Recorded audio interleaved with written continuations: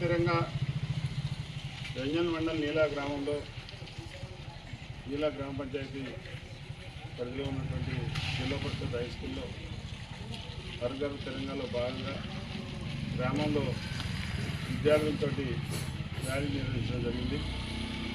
ఈ ర్యాలీ యొక్క ముఖ్య ఉద్దేశం స్వాతంత్రం వచ్చి 79 సంవత్సరాలు పూర్తి చేసుకున్నటువంటి సందర్భంలో ఇక 4 రోజుల్లో మళ్ళా జాతీయ జెండా ఢిల్లీ ఎర్రకోట మీద 15 ఆగస్టు కార్యక్రమాన్ని మనం చేసుకోబోయే ముందు ప్రతి గ్రామంలో ప్రతి ఇంటి మీద మన జాతీయ జెండా ఎగరేయాలని, మన జాతీయ జెండా ఎగరేసినటువంటి సందర్భంలో ఇప్పుడు ఉన్నటువంటి యువకులకు యువతులకు 79 సంవత్సరాల కిందట అంతకుముందు 200 సంవత్సరాలు ఏ రకంగా మనం కష్టపడ్డాం, బ్రిటిష్ పాలన నుంచి విముక్తి చేసుకొని మన భారతదేశానికి ఏ రకంగా స్వాతంత్రం తీసుకొచ్చుకున్నాం, ఆనాటి మహనీయులు ఏ రకంగా కష్టపడ్డారు, ఆ మహనీయుల ఫలితమే ఈరోజు మనకు స్వాతంత్రం రావడం.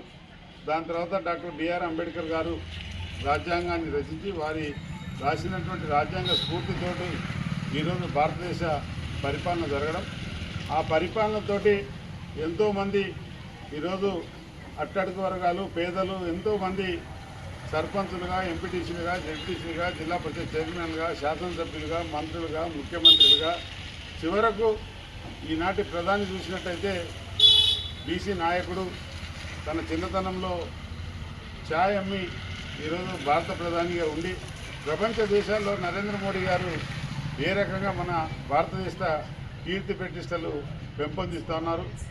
ఇంత 140 కోట్ల ఈ భారతీయులలో ఇంత ఐక్యత ఏ రకంగా ఉంటుంది, అన్ని వర్గాలు అన్ని మతాల ప్రజలు ఉండేటువంటి ఈ దేశంలో ఇంత ప్రజాస్వామ్యాన్ని ఏ రకంగా పరిపాలిస్తున్నారని భారతదేశంలో మీద మనకు చుట్టుపక్కల ఉన్నటువంటి దేశాలన్నీ కూడా భారతదేశం వైపు ఈరోజు చూస్తూ ఉన్నాయి. మనకు అనేక కష్టాలు వచ్చినా, కరోనా వచ్చినా మన భారతదేశం మన ప్రజలను కాపాడుకుంటూ ఇతర దేశాల్లో ఉన్నటువంటి ప్రజలను కాపాడుకోవడం జరిగింది.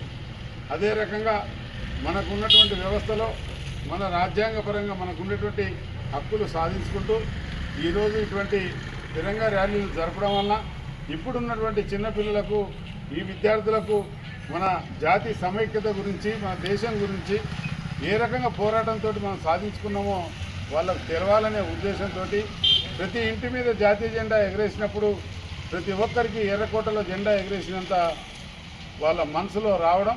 కాబట్టి ఈ రకంగా దేశమంతా ఇటువంటి కార్యక్రమాలు చేపట్టడం జరుగుతూ ఉంది.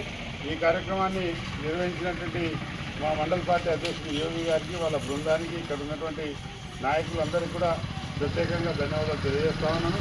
మాకు సహకరించినటువంటి స్కూల్లో ఉన్నటువంటి ఉపాధ్యాయులకు విద్యార్థినులకు కూడా ప్రత్యేకంగా అభినందనలు.